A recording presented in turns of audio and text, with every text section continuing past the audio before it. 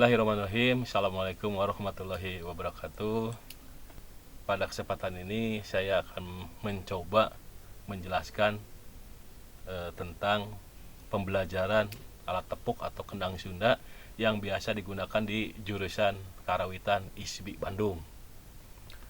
Untuk itu kami akan menjelaskan tentang lambang-lambang bunyi yang terdapat dalam kendang Sunda yang biasa digunakan di dalam perkuliahan, khususnya di jurusan Karawitan.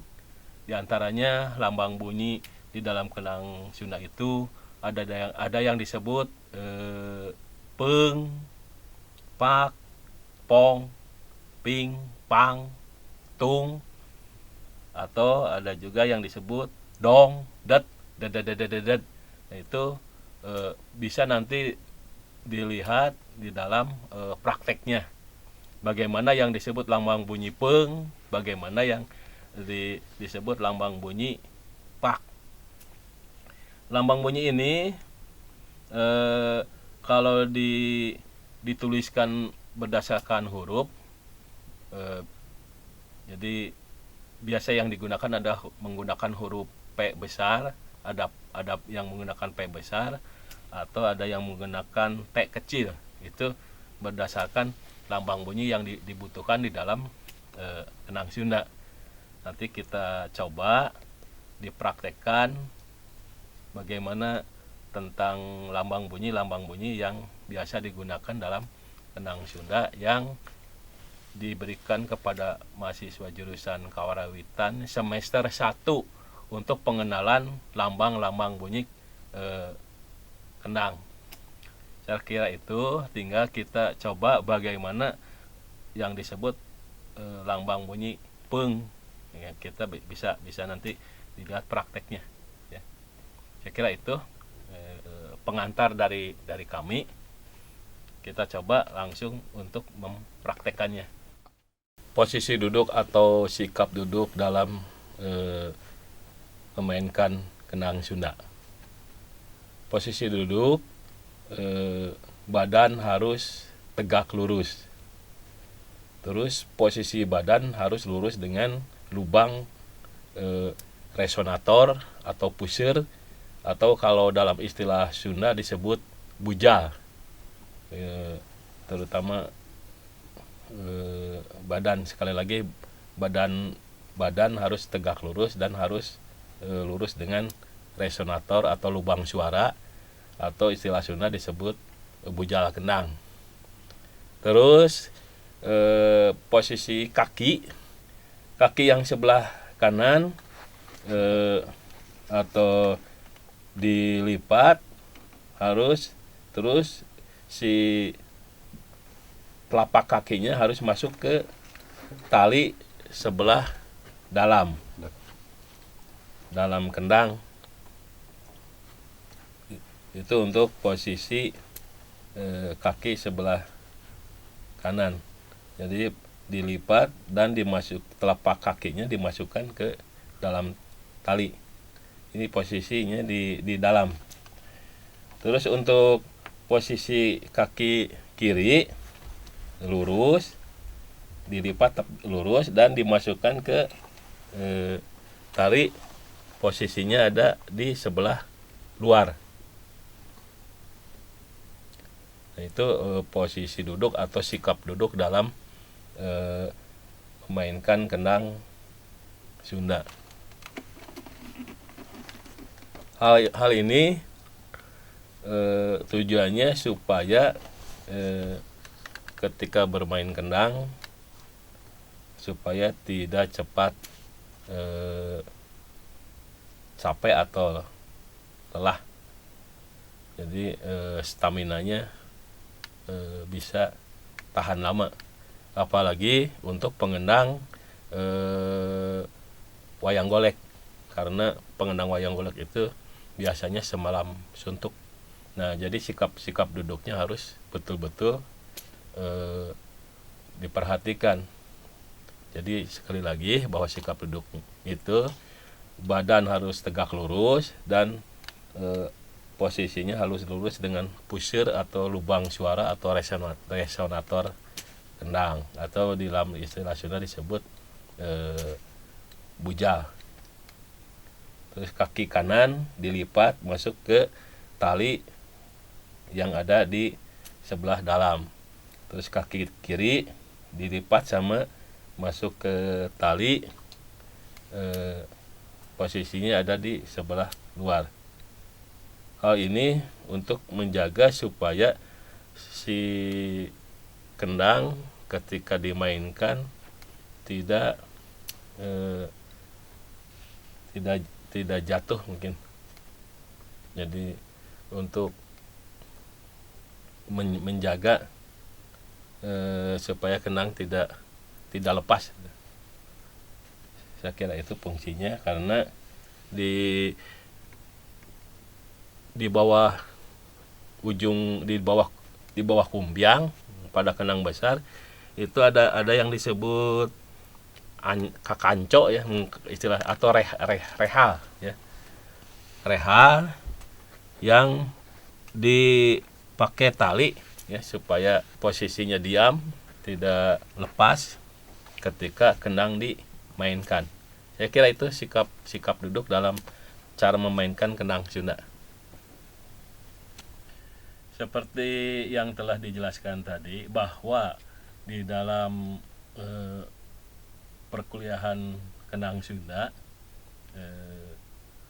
menggunakan lambang-lambang bunyi kendang. Di antaranya ada yang disebut lambang bunyi peung.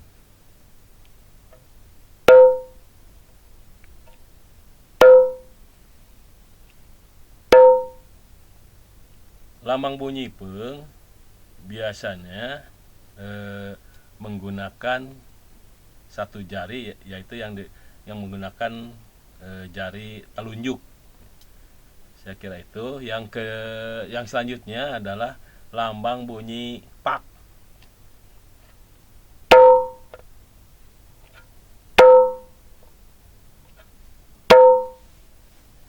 Lambang bunyi pak menggunakan 4 jari tangan atau setengah dari telapak tangan ya, setengahnya. Itu untuk lambang bunyi pak. Lambang bunyi peung dan lambang bunyi pak posisinya pada kutiplak. Jadi yang sebelah kanan itu namanya kutiplak. Jadi di dalam kutiplak terdiri daripada lambang bunyi peung dan pak. Nah, untuk selanjutnya kita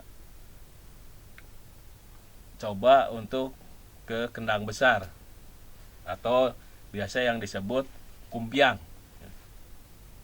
Nah, di dalam kumpiang di sana ada beberapa lambang bunyi. Di antaranya ada yang disebut lambang bunyi pong.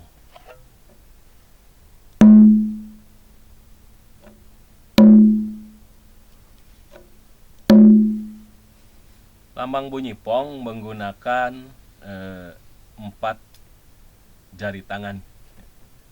Selanjutnya ada juga yang disebut lambang bunyi ping.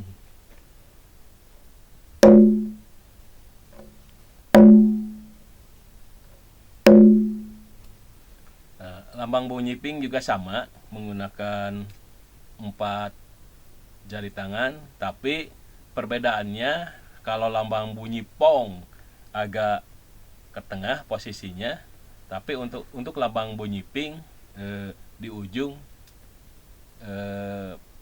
posisinya ada di ujung kumpiang. Untuk selanjutnya ada juga yang disebut lambang bunyi pang.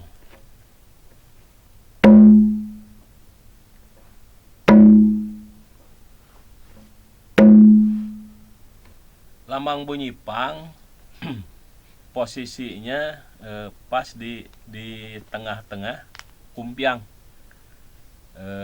dengan menggunakan 4 jari tangan secara ada yang rapat, ada juga yang direnggangkan.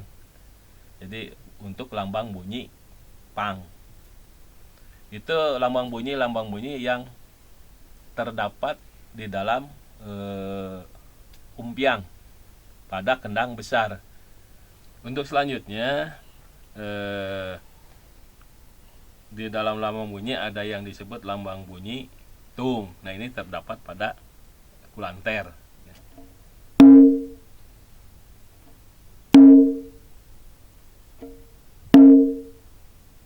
Kulanter itu kendang yang posisinya tidur. Ini yang disebut kulanter. Jadi di dalam kulanter hanya satu lambang bunyi, yaitu tung namanya. Nah, untuk selanjutnya kita beralih ke gedug. Gedug yang terdapat pada kendang besar.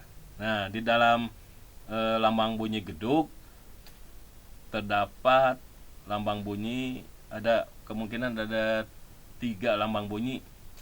Yang satu disebut dong, itu biasanya dilepas dong.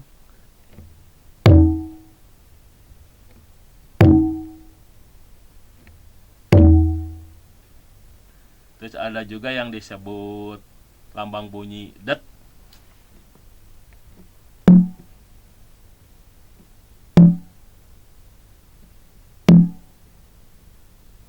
Terus ada juga yang disebut lambang bunyi dedet.